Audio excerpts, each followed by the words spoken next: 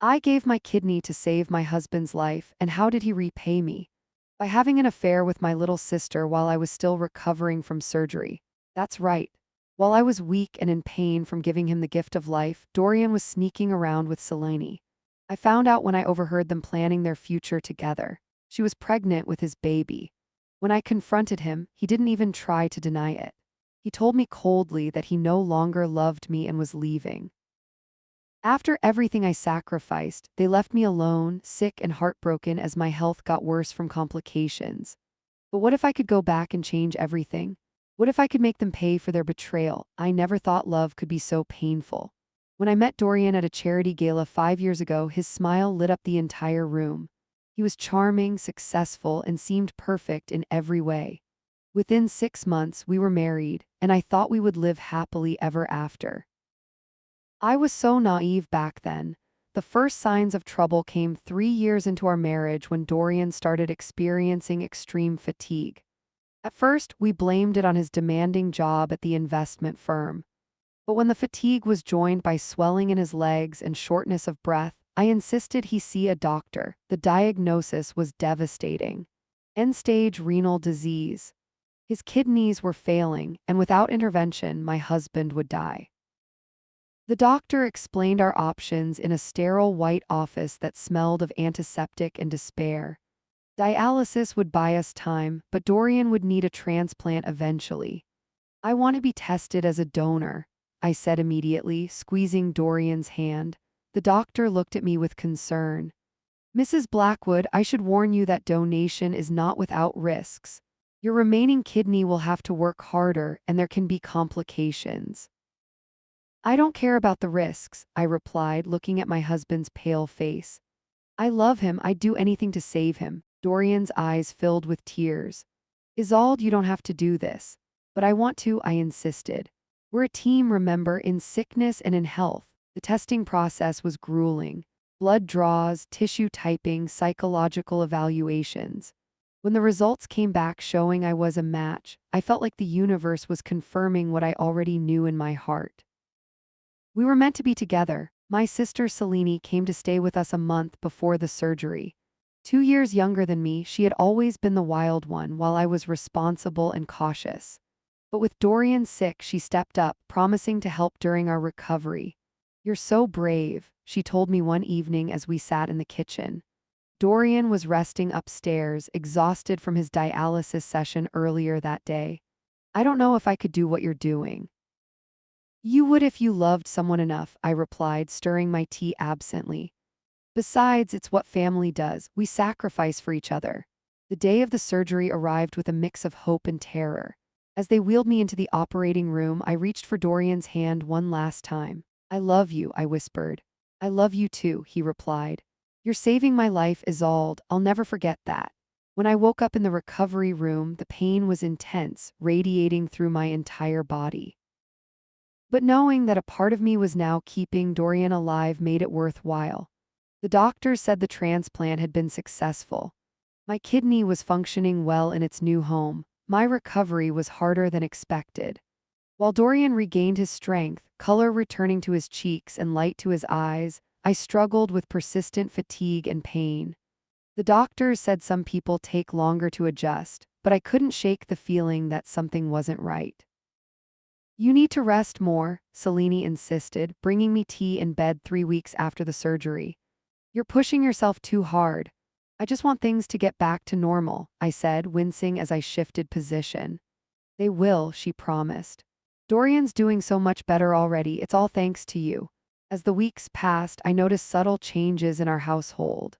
Dorian seemed distant, often coming home late from work with vague excuses about meetings running long. When I asked about his day, his answers were short, his attention quickly shifting to his phone.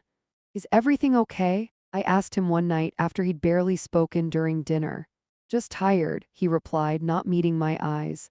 The medication takes a lot out of me. I accepted his explanation, even as doubt crept into my mind. He was alive, and that was what mattered. If he needed space to process everything that had happened, I could give him that. Selene remained a constant presence, cooking meals when I was too tired and keeping the house running. She and Dorian seemed to have developed a friendship, often laughing together in the kitchen while I rested. I was grateful for their bond, never suspecting what was really happening. 2 months after the surgery, I was sitting in the garden trying to regain my strength when I heard voices through the open window of Dorian's study.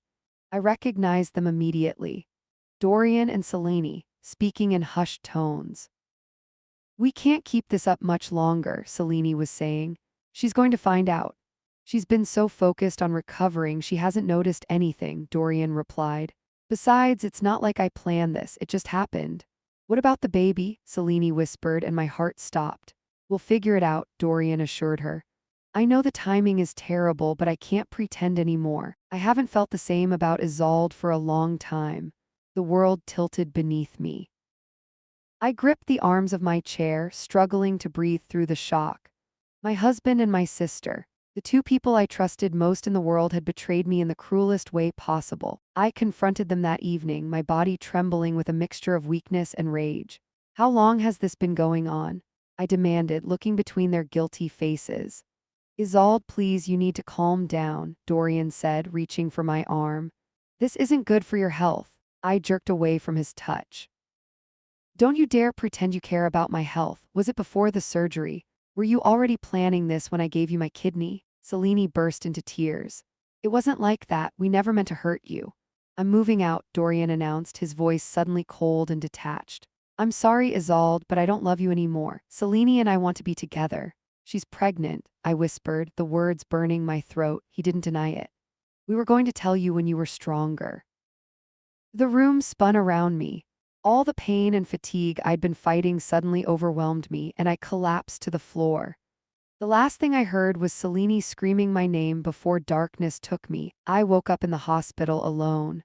The doctors spoke of complications from the donation, of an infection they'd missed. My remaining kidney was struggling. I needed treatment, rest, careful monitoring. Neither Dorian nor Selene came to visit. A nurse told me sympathetically that my husband had called to check on my condition, but explained he couldn't come in person. Too busy, apparently, building a new life with my sister. As I lay in that sterile hospital room watching my life drain away, I made a promise to myself. If I somehow survived this, if I ever got another chance, I would make them pay for what they had done to me. They had taken everything. My health, my love, my future. I spent 3 weeks in that hospital room. During that time, I received one text message from Dorian asking about insurance paperwork. No apologies, no well wishes, just administrative questions. Selene never contacted me at all. It was as if they both wanted me to disappear quietly, to fade away so they could move on with their perfect new life. The infection spread despite aggressive antibiotic treatment. My remaining kidney was working overtime, and the strain was becoming too much. The doctors spoke in hushed tones outside my door, discussing dialysis options and potential transplants, the irony of which was not lost on me. "We've tried to contact your husband," my primary doctor, Dr. Patel, told me one morning. "He hasn't responded to our calls." "He won't," I replied, my voice hollow. "He's found someone better, someone who still has both kidneys." Dr. Patel's face softened with pity. "Is there anyone else we can call? Parents, friends?" I shook my head. My parents had died years ago in a car accident. Most of our friends had been Dorian's first, people from his firm who wouldn't want to get involved in our messy personal drama. I was completely alone. By the 4th week, I was moved to intensive care. My body was shutting down, poisoned by the toxins my failing kidney couldn't filter. The pain was constant now, a dull throb punctuated by sharp spikes that took my breath away. In my fever dreams, I saw Dorian and Selene laughing, enjoying the life I had sacrificed to give them. The betrayal cut deeper than any surgical knife. I had given Dorian a piece of myself, literally and figuratively. I had entrusted my sister with my vulnerabilities, my fears, my home. They had taken everything and left me with nothing. On a cold Tuesday morning, a nurse came in to check my vitals. She was new, young and chatty, unaware of the unspoken rule that no one mentioned my absent husband anymore. "Your sister called the front desk," she said cheerfully. "She wanted an update on your condition." Hope flickered briefly in my chest. Did she say she was coming to visit? The nurse's smile faltered. No, she just wanted information. She said she and your husband are moving to Boston next week for his new job, but they wanted to check on you before they left. The last thread of hope snapped. They weren't even waiting for me to die before starting their new life together. 3,000 miles away, where no one would know their sordid story, where Dorian could introduce Selene as his wife without the uncomfortable truth that she had once been his sister-in-law. That night, as monitors beeped around me and the hospital settled into its nighttime rhythm, I felt a strange calm descend. I wasn't afraid anymore. The pain was distant now, as if it belonged to someone else. I thought about what waited for me on the other side. Peace, perhaps, an end to this betrayal that had consumed me. I closed my eyes, thinking of all the things I would have done differently if given another chance. I would have seen the signs earlier. I would have protected my heart, my body, my trust. I would have chosen myself first. As consciousness slipped away, one last coherent thought formed in my mind. I deserved better than this ending. Then darkness, complete and absolute, until it wasn't. I woke with a gasp, my body jerking upright. Instead of the sterile hospital room, I found myself in a bedroom. My old bedroom in my apartment before I had moved in with Dorian. Sunlight streamed through familiar blue curtains, casting patterns on a comforter I had donated years ago. Panic seized me. I scrambled out of bed, nearly tripping over a pair of shoes I remembered throwing away before my wedding. The mirror on my dresser revealed a face I barely recognized. Younger, healthier, unmarked by grief and betrayal, with trembling hands I grabbed my phone from the nightstand. The date made no sense. October 12, 2018. 7 years in the past. Before I had met Dorian at that charity gala, before the marriage, before the kidney disease, before the transplant, before everything, I sank back onto the bed, my mind racing. Was this a dying hallucination? Had my brain constructed this elaborate fantasy as my body shut down? Or was it something else, something impossible? My phone buzzed with an incoming text. My sister Selene. Don't forget Mom's birthday dinner tonight. Bringing that cute guy from my yoga class. You should wear that blue dress, might be some single friends there too. I stared at the message, nausea rising in my throat. Selene, my baby sister who had taken everything from me. She sounded so normal, so innocent. Was she always this way, secretly waiting for a chance to betray me? Or had something changed her along the way? Testing my reality, I pinched my arm hard. The pain was sharp and immediate. I ran to the bathroom and splashed cold water on my face. Everything felt real. The water on my skin, the solidity of the floor beneath my feet, the sound of traffic outside my window. Somehow, impossibly, I had been given a second chance. I called in sick to the marketing firm where I apparently still worked. I needed time to think, to process, to plan. Because if this was real, if I had truly been sent back in time, then I had knowledge no one else possessed. I knew exactly how my future would unfold if I followed the same path, and I knew I would never make the same mistakes again. Throughout that day, memories from my former life flashed before me. Dorian's smile when we first met. The way he had charmed my mother at that dinner, the dinner Selene was reminding me about. How quickly he had proposed swept me off my feet. Was it all calculated from the beginning? Had he seen me as disposable even then? I recalled how Selene had reacted to our engagement. Her smile hadn't quite reached her eyes. She had hugged me just a fraction too loosely. Were those early signs of jealousy I had missed? By evening, my shock had hardened into resolve. I texted Selene that I wouldn't be attending the dinner. I wasn't ready to see her face, to pretend that I didn't know what she was capable of. As for Dorian, if he was at that dinner as Selene's yoga friend, then fate had other plans for our meeting. Plans I intended to disrupt. That night I stood in front of the mirror, studying my reflection. The woman staring back at me was not the same person who had died in that hospital bed. She had been naive, trusting, willing to sacrifice everything for love. This woman, this new version of me, knew better. I would not give away pieces of myself until there was nothing left. I would not trust blindly, and I would never ever let Dorian Blackwood or my sister Selene destroy me again. This time they would be the ones left with nothing. I spent the next week researching everything I could about Dorian Blackwood. In my previous life, I had thought his pursuit romantic, his interest in me flattering. Now I recognized it for what it was: calculated predation. Social media revealed the pattern. Every few years, a new woman on his arm, then nothing. Where did they all go? I tracked down 3 of his exes. One had moved across the country after their breakup. Another had changed her name. The third refused to speak about him at all. The pieces formed a disturbing picture. Dorian didn't just date women, he consumed them. 2 months passed before I finally agreed to attend one of my mother's dinner parties where I knew Selene would bring him. I needed to see him again, to look into those eyes that had once made me weak with love and see him for what he truly was. I arrived deliberately late, dressed elegantly but conservatively. My mother hugged me at the door. Finally, she whispered. Selene's been bringing this man for weeks. I think she really likes him. I smiled tightly. Can't wait to meet him. The moment I entered the dining room, I felt his presence. Dorian sat at the table, as handsome as I remembered, laughing at something my sister had said. When he turned and saw me, something flickered in his eyes. Interest, challenge, the predator spotting new prey. I steeled myself against the memories that threatened to overwhelm me. His touch on my skin, his voice whispering promises he never intended to keep.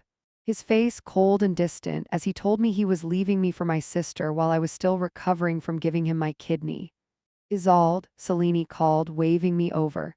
This is Dorian, Dorian, my big sister. He stood and extended his hand. A pleasure to finally meet you. Selene talks about you constantly. I took his hand briefly, meeting his gaze with a coolness that clearly surprised him. Does she? How flattering. Throughout dinner, I watched them together. Selene touched his arm too often, laughed too loudly at his jokes. She was already falling for him just as I had. But this time, something was different. Dorian kept glancing at me, his attention divided. I recognized the look. I was the challenge now, the one not immediately captivated by his charm. As dessert was served, he made his move. Selene mentioned you work in marketing, he said to me. Any chance you're familiar with Reynolds and Burke? They handle my firm's campaigns. I've collaborated with them, I replied evenly. Their work is competent if unimaginative, he raised an eyebrow. Perhaps you could show me what imaginative looks like sometime. My company's always looking for fresh perspectives. I smiled. I don't mix business with pleasure. Selene frowned slightly, noticing the shift in his attention. Good. Let her see his true nature early. After dinner, as everyone moved to the living room for coffee, Dorian cornered me in the hallway. I feel like we've met before, he said softly, standing closer than was appropriate. I don't think so, I replied. I would remember. Have dinner with me tomorrow, he suggested. Just professional, of course. I pretended to consider it. What about Selene? She seems quite taken with you. He waved his hand dismissively. Selene is lovely, but we're just friends. Already lying, already discarding her, just as he had discarded me when something better came along. I'll think about it, I said, slipping past him. Later that night, Selene called me, her voice tight with accusation. What was that about? You barely know him and you're already flirting with him? I wasn't flirting, I replied calmly. And you said he was just your yoga friend. Well, it's more than that now, she snapped. We've been seeing each other for weeks. I really like him, Isolde. I closed my eyes, remembering her tears as she confessed to sleeping with my husband. Her pregnant belly growing with his child while I lay dying in a hospital bed. If you really like him, then you should know he asked me to dinner tomorrow night. Her shocked silence was gratifying. He told me you were just friends, I continued. That's the kind of man he is, Selene. He'll say whatever he needs to get what he wants. You're making that up, she accused, but I heard the uncertainty in her voice. Call him right now, ask him if he spoke to me about dinner, see what he says. She hung up without another word. The next morning, I received a text from Dorian confirming our dinner plans. An hour later, Selene called again, her voice thick with tears. You were right, she admitted. He lied to my face, said he never asked you out, that you must have misunderstood. I softened my tone. I'm sorry, Selene, better to know now than later. I thought he was different, she said. I'm such an idiot. If only she knew how right she was. In another timeline, she had been an even bigger idiot, betraying her sister for a man who would eventually do to her exactly what he had done to me. You're not an idiot, I reassured her. He's just very good at what he does. I went to dinner with Dorian that night not because I wanted to, but because I needed to understand my enemy. In my previous life, I had fallen for his act immediately. This time, I saw through it. The carefully timed compliments. The personal questions designed to make me feel special heard. The subtle touches that established intimacy too quickly. By dessert, he thought he had me. That's when I made my move. There's something you should know about me, I said, leaning forward. I value loyalty above all else. When I commit to someone, I'm all in, and I expect the same in return. His smile was predatory. I'm the same way, complete devotion. I nodded. Good to know. Because I saw the texts on your phone when you went to the bathroom. The ones from Jessica, she seems to think you're exclusive. His face froze for a split second before he recovered. Jessica is an ex who can't accept it's over. That's not how it looked from those messages, I replied. But it's fine, I'm not looking for anything serious right now anyway. I stood and gathered my purse. Thanks for dinner, I have an early meeting tomorrow. As I walked away, I felt his confusion. I had flipped the script. Instead of pursuing me harder, he would now feel the need to prove himself. Over the next month, Dorian called and texted repeatedly. Each time I was pleasant but distant. Each time I mentioned something about loyalty, commitment, honesty. I was laying the groundwork, playing the long game. My relationship with Selene improved as we bonded over our shared escape from Dorian's manipulations. She confided in me more, sharing her insecurities, her fears of never finding someone who truly valued her. You deserve better than someone who would lie to your face, I told her, knowing the irony of my words. We both do. 3 months after that first dinner, Dorian finally wore down my fabricated resistance. I agreed to date him exclusively, making a show of carefully considering his promise that he had changed his playboy ways. The trap was set. Now I just had to wait for him to walk into it. Dating Dorian the second time around was like watching a play where I already knew all the lines. His romantic gestures were calculated, his spontaneity carefully planned. I smiled at the right moments, gasped appreciatively at his surprises, and pretended to fall deeper in love each day, all while keeping my heart locked away where he could never reach it.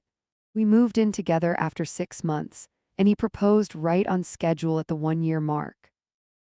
The ring was exactly the same as before. 3 carats, princess cut, ostentatious and cold, just like him. I cried tears of apparent joy while he slipped it on my finger. You've made me the happiest man alive, he said, kissing me. You have no idea how much this means to me, I replied, truth hidden beneath my lies. We married in the spring, a lavish ceremony paid for by his family money. Selene was my maid of honor just as before. But this time when she hugged me at the reception, I watched her eyes as they followed Dorian across the room. The seed of attraction was already there. I could see it, recognize it, having lived through its full bloom once before. He's a good man, she whispered to me. You're so lucky. I squeezed her hands. Not as good as you might think. He has quite a temper when things don't go his way. Her eyes widened slightly. He does, he always seems so controlled. That's just his public face, I said, planting the first seed of doubt. But don't worry, I know how to handle him. Our first 2 years of marriage followed the same trajectory as before. Dorian's career flourished, his appetite for success matched only by his appetite for control. I played my part perfectly, the supportive wife who overlooked his late nights at the office and his frequent business trips. All while I gathered evidence, moving small amounts of his money into accounts he didn't know about, making copies of his passwords and financial records. Knowledge is power, and this time I would be the one with all the knowledge. In our 3rd year of marriage, right on schedule, Dorian began experiencing fatigue. The first sign of his kidney disease. I noticed it before he did, the slight puffiness in his face, the way he would get winded climbing stairs. You should see a doctor, I suggested one evening. You haven't been yourself lately. He dismissed my concerns at first, but as the symptoms worsened, he finally agreed.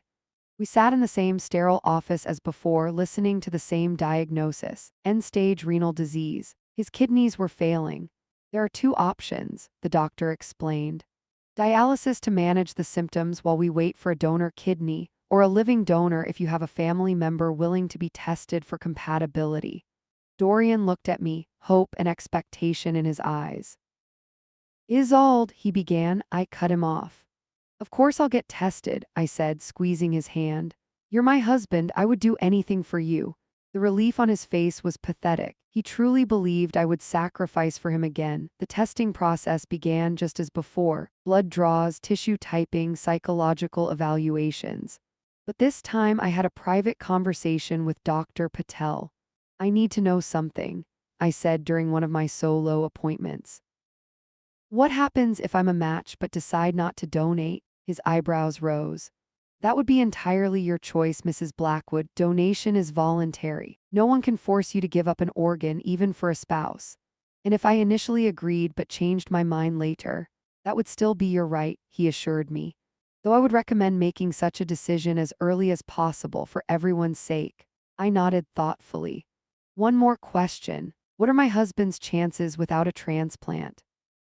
Dr. Patel's expression became grave. Dialysis can keep him alive, but it's not a permanent solution. Without a transplant, his quality of life would deteriorate significantly. Eventually, his other organs would begin to fail as well. I understand, I said. Thank you for being honest with me. As Dorian's health declined, I called Selene and asked her to come stay with us. She arrived with a suitcase and concerned eyes just as before. Thank you for coming, I told her. I don't think I can manage all this alone. Of course, she replied, hugging me. That's what sisters are for. If only she knew what kind of sister she truly was. Over the next few weeks, I carefully orchestrated moments where Selene and Dorian would be alone together.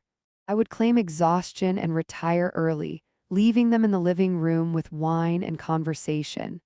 I would ask her to take him to doctor's appointments when I couldn't get away from work. I made myself scarce while ensuring they grew closer, all while playing the devoted wife in public. The woman willing to give up a kidney to save her husband. When the test results came back, I made sure I was alone when I received the call. Mrs. Blackwood, Dr. Patel said, I have good news, you're a match. That's wonderful, I replied, my voice carefully modulated. But I'd like to be the one to tell my husband if that's okay. Of course, we'll need you to come in to discuss next steps. I hung up and stared at the phone. In my previous life, this moment had been filled with relief and love. Now it was merely another step in my plan. That evening, I told Dorian the news over dinner. Selene was there, watching with admiration as I announced my willingness to give him the ultimate gift. You would do that for me? He asked, his eyes filling with tears. Of course, I replied. I love you. The words tasted like ash in my mouth. Later that night, I found Selene alone in the kitchen. You're amazing, she said. I don't know if I could be so selfless. I leaned against the counter with a sigh. Can I tell you something I haven't told anyone? Her eyes widened with interest. Of course, I'm terrified, I confessed. The doctors warned me about complications, long-term risks. What if something goes wrong and I end up sick too? What if Dorian doesn't take care of me the way I'm taking care of him? She frowned. Has he given you reason to worry about that? I hesitated, as if debating whether to continue. He's been different since getting sick, distant. Sometimes I find him on his phone, texting, and he hides the screen when I walk in. Last week I saw a charge on our credit card for jewelry I never received. That doesn't necessarily mean anything, she said, but doubt had crept into her voice. You're right, I agreed. It's probably nothing. And anyway, what choice do I have? I could never live with myself if I didn't try to save him. The surgery was scheduled for the following month. As the date approached, Dorian grew more attentive, showering me with gifts and affection. Gratitude or guilt, perhaps both. Meanwhile, I continued to transfer small amounts of money into my secret accounts. I made copies of our most important financial documents. I prepared for every contingency. 1 week before the scheduled surgery, I made an appointment with Dr. Patel. Alone. I've been thinking, I told him, about the donation. His face was neutral, professional. Yes, I'm not sure I want to go through with it. Dr. Patel studied my face carefully. Mrs. Blackwood, this is a significant decision. May I ask what's changed? Nothing's changed, I replied. I've just been thinking more clearly about what this means for my future, my health, my life. Have you discussed these concerns with your husband? I shook my head. Not yet. I wanted to understand my options first. He leaned forward, his expression compassionate. You always have the right to withdraw consent. But I would encourage you to be honest with your husband as soon as possible so he can explore other treatment options. I will, I promised. But I need a favor first. Could you delay telling him for a few days? I want to break the news myself when the time is right. Dr. Patel reluctantly agreed, and I left his office with a strange sense of lightness. For the first time since my rebirth, I was fully diverging from the path of my previous life. I was choosing myself. That evening, I prepared Dorian's favorite meal.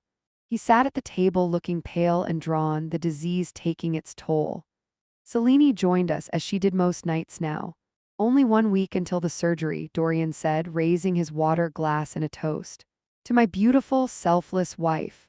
Selene echoed his toast, but I noticed her eyes lingering on him a beat too long. The attraction was growing, just as I had planned. Actually, I said, setting down my fork, I wanted to talk to you both about something. They looked at me expectantly. I've been going through our finances, preparing for the surgery and recovery, I began, my voice steady. And I found some concerning transactions, Dorian. His face immediately tensed. What are you talking about? I pulled out my phone and opened a carefully curated selection of screenshots. Hotel charges in the city when you were supposedly at conferences out of state. Jewelry purchases that never made it to me. Late-night Uber rides to addresses I don't recognize. The blood drained from his face. Those are work expenses, client meetings. At the Diamond Hotel at midnight with charges to the minibar, Selene shifted uncomfortably in her chair. Maybe we should discuss this another time, she suggested. No, I insisted. This involves you too, Selene. Because while you've been here supporting us, helping me prepare to give up a part of my body for my husband, he's been meeting someone else. That's not true, Dorian protested, but his eyes darted to Selene. A telling glance that I noticed and filed away. I hired a private investigator, I continued, the lie flowing smoothly. He has photos. Would you like to see them? Dorian stood abruptly, his chair scraping against the floor. This is ridiculous. I'm not going to sit here and be accused when I'm sick, when I need support, not suspicion. Then explain the charges, I demanded. Explain the text messages I found. He stormed out of the room, the effect somewhat diminished by his weakened state. I heard him retreat to our bedroom, the door slamming behind him. Selene stayed, her face a mixture of concern and confusion. Is it true he's been cheating? I let my shoulders slump as if the confrontation had drained me. I think so. And now I don't know what to do. How can I give him my kidney if I can't even trust him? She reached across the table and squeezed my hand. You don't have to decide anything right now. But the surgery is scheduled for next week, I said. What would you do if you were me? Her hesitation told me everything I needed to know. She was already imagining herself in my place, not as the donor but as the wife. I'd want proof, she finally said, before making such a big decision. I nodded. You're right, and I think I know how to get it. The next day, I told Dorian I had an errand to run and asked Selene to stay with him. Before leaving, I deliberately left my laptop open on the kitchen table, a folder labeled Pi Reports prominently displayed on the desktop. There were no actual reports, of course, just encrypted files that would take hours to open, if they could be opened at all. I returned 3 hours later to find them both in the living room, an uneasy tension between them. The laptop had been moved, the screen now blank. Everything okay? I asked innocently. Fine, Dorian replied tersely. Just a rough day with the dialysis.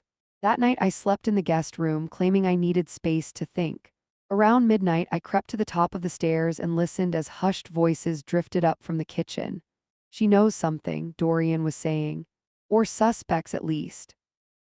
We haven't done anything wrong, Selene whispered back. It's just feelings. Feelings she can't find out about, not now, not when I need her kidney. I smiled in the darkness. In my previous life, their betrayal had blindsided me. This time I was orchestrating it. The next morning, I announced I was going to the hospital for pre-surgical tests. Instead, I went to our bank and transferred the last of the money I planned to secure, then visited my lawyer to finalize changes to my will and power of attorney. No longer would Dorian have control over my medical decisions if something went wrong. When I returned home, I found Dorian looking slightly better than he had in days. A spark had returned to his eyes, a hint of color to his cheeks. The anticipation of the upcoming transplant was giving him hope. "How were the tests?" he asked. "Fine," I replied. "Everything's on track." "I've been thinking," he said, taking my hand.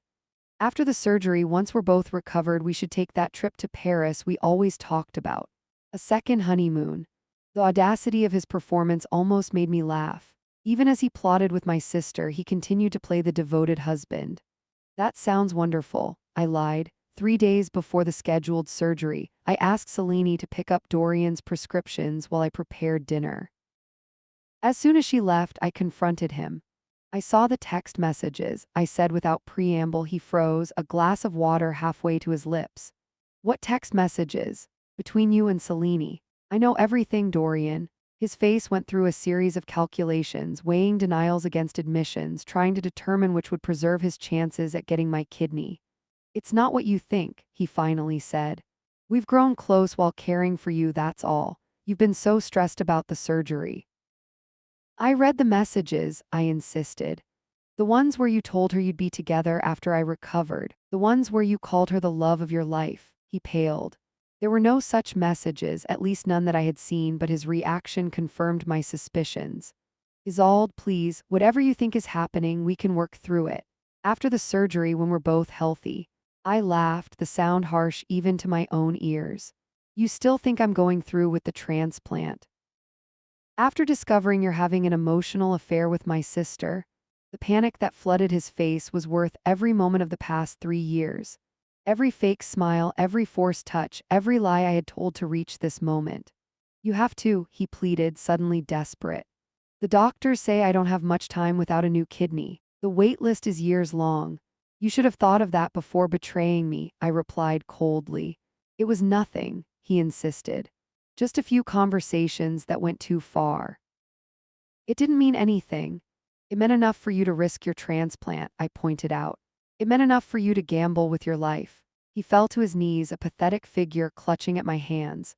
"Please, Isolde, I'll do anything. I love you, only you." Selene was a mistake. The front door opened and Selene walked in with the pharmacy bag. She stopped short at the tableau before her. Dorian on his knees, tears streaming down his face, me standing over him with cold eyes. "What's happening?" she asked. "I was just explaining to my husband that the transplant is off," I replied. "And why?" Selene dropped the pharmacy bag, pills rattling inside their bottles. "What do you mean the transplant is off?" "I mean I'm not giving my kidney to a man who's been planning a future with my sister behind my back," I said calmly. Her face went white. "That's not true. We would never do that to you." "Please," I scoffed. "I've seen the way you look at each other. I've heard your whispered conversations when you think I'm asleep." Dorian struggled to his feet, swaying slightly. "Isolde, you're making a terrible mistake. Whatever you think is happening isn't real." I turned to Selene. "Did you know he buys jewelry for other women, takes them to hotels, all while I've been preparing to give him a part of my body?" Confusion flickered across her face. "What? No, that can't be right." "Show her the credit card statements, Dorian," I challenged. "Show her the hotel receipts I found." He remained silent, trapped between two lies, unable to defend himself against either without exposing the other. "You're both pathetic," I said. "And you deserve each other, but neither of you deserves my kidney." I walked to the door and grabbed my car keys from the hook. "I've already informed Dr. Patel of my decision. The surgery is cancelled." "Wait," Selene called. "Where are you going?" "Away from here," I replied. "Don't try to contact me." I spent that night in a hotel, my phone turned off. The freedom was exhilarating. For the first time since my rebirth, I was fully off script, charting a new course that had no connection to my previous life. The next morning, I turned my phone back on to find dozens of missed calls and messages. Dorian begging for forgiveness. Selene insisting there had been a misunderstanding. My mother demanding to know what was happening. I deleted them all without reading past the first few words. My lawyer called as I was checking out of the hotel. "Mrs. Blackwood, your husband has been trying to reach me," she said. "Something about accessing your joint accounts." "I'm sure he has," I replied. "Has he discovered they're empty yet?" "Not entirely empty. I left exactly $1 in each as you instructed." I smiled, picturing Dorian's face when he realized what I had done. Over the past 3 years, I had slowly, methodically transferred our money to accounts in my name only. Not all at once, never enough to raise suspicion, but consistently. $100 here, 500 there. It had added up to nearly $2 million. What about the house? I asked. The locks have been changed as requested. The security system has been recoded. Mr. Blackwood will not be able to enter without your permission. Perfect. Thank you. My next call was to Dr. Patel. I want to make sure my decision is properly documented, I told him. I am not now, nor will I ever be, willing to donate a kidney to Dorian Blackwood. I understand, he replied. Though I must say your husband is in a desperate state. Without a transplant, his prognosis is very poor. That's no longer my concern, I said. He has made his choices and now he must live with them, or not, as the case may be. The words should have filled me with guilt, but I felt nothing except a cold satisfaction. In my first life, I had given everything for Dorian, only to be discarded when I was no longer useful. This time the roles were reversed. 3 days later, I agreed to meet Selene at a cafe downtown. She looked terrible, her eyes red from crying, her normally perfect hair unwashed and pulled back in a messy ponytail. He's in the hospital, she said as soon as I sat down. He collapsed yesterday. The doctors say his kidneys are failing completely. That's unfortunate, I replied, sipping my coffee. She stared at me in disbelief. Unfortunate? Isolde, he could die, your husband could die. Ex-husband, soon enough. I've filed for divorce. How can you be so cold? Whatever you think happened between us, it doesn't justify this. I leaned forward. Let me tell you what I know happened. You fell in love with my husband. You thought you could wait until after I donated my kidney, until I had saved his life, and then you would swoop in and take him from me. The two of you would ride off into the sunset together, built on my sacrifice. She shook her head. No, that's not it at all. Yes, there were feelings, but we never acted on them. We would never have hurt you like that. But you did hurt me like that, I said, and for a moment the memory of my first life overwhelmed me. The hospital room, the isolation, the betrayal that had literally killed me. Or you would have, given the chance. Please, she begged, tears streaming down her face. If you won't do it for him, do it for me. I'll never speak to either of you again if that's what you want. Just don't let him die. I studied her, this sister who had once taken everything from me. In her eyes, I saw not the calculating woman who had stepped over my dying body to claim my husband, but a frightened girl who had made a terrible mistake. Have you been tested? I asked. What? Have you been tested as a potential donor? She blinked. No, we never thought of that. Of course you didn't, I said, standing up. Because it was always easier to let me make the sacrifice. Well, not this time. I left her crying at the table, feeling nothing but a deep, satisfying peace. 2 weeks later, I received a call from the hospital. Dorian had been admitted to intensive care. His organs were beginning to fail. He was asking for me. I debated ignoring the request, but curiosity won out. I wanted to see him one last time, to look into the eyes of the man who had taken everything from me in another life and now had lost everything in this one. He lay in a hospital bed, machines beeping around him, his skin gray and waxy. When he saw me, his eyes lit up with desperate hope. Isolde, he whispered, his voice weak. You came. I did, I replied, keeping my distance. What do you want, Dorian? To apologize, he said. For everything. You were right about Selene, about the other women. I've never been faithful, never been worthy of you. I said nothing, waiting. The doctors say I don't have much time, he continued. Weeks, maybe days. Dialysis isn't working anymore. That's not my problem. He reached for my hand, but I kept it out of his reach. I know I don't deserve anything from you, but I never stopped loving you even when I betrayed you. You were always the one, Isolde. In my first life, those words would have melted me, would have made me forgive anything.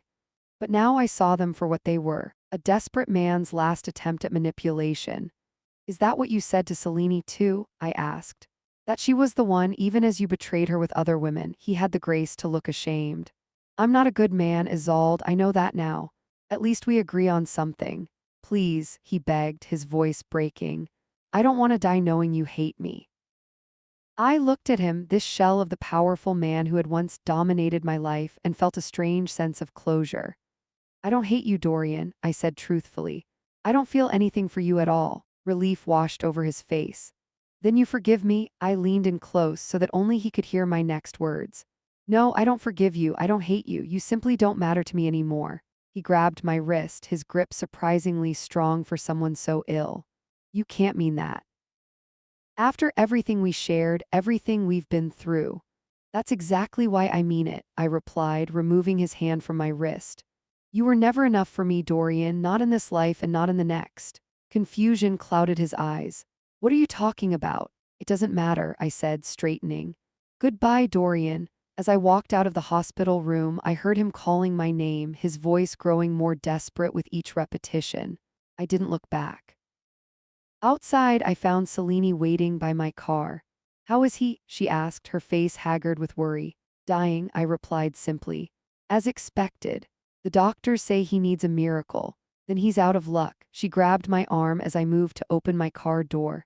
How can you be so cruel? This isn't the sister I knew. I turned to face her, suddenly exhausted by the charade. The sister you knew died the moment you decided my husband was more important than my life. What are you talking about? I never did that. Not in this timeline, no, I said, the words slipping out before I could stop them. But in another life, you took everything from me, Selene, my husband, my health, my future. You watched me die and felt nothing but relief that I was out of the way. She stepped back, genuine fear in her eyes. You're not making any sense. You need help, Isolde. I laughed. Maybe I do, but I'd rather be crazy than be used again. I was tested, she blurted out. For the kidney donation, I'm not a match. Of course you're not, I replied. The universe has a sense of humor, doesn't it? The only person who can save him is the one person who won't. I got into my car and started the engine, rolling down the window to deliver one final message. Don't contact me again, Selene. Not after he's gone. Not ever. We're done. 6 months later, I stood at Dorian's grave, a simple marker in a quiet corner of the cemetery. He had died 3 weeks after our final conversation, alone and afraid, according to the nurses who had attended him. Selene had tried to contact me several times after his death, but I had blocked her number, changed my email, moved to a new address. She was as dead to me as he was. I placed a single white lily on the grave, not out of respect or love, but as a final acknowledgement. In my first life, he had taken everything from me. In this one, I had taken everything from him. We're even now, I whispered to the cold stone. As I walked away, my phone buzzed with a notification. The last of Dorian's assets had been liquidated, the proceeds transferred to my account. With his death, I had become a wealthy woman, free to begin again, to build the life I should have had all along. A life where I chose myself first, last, and always. A life where I was finally, truly free.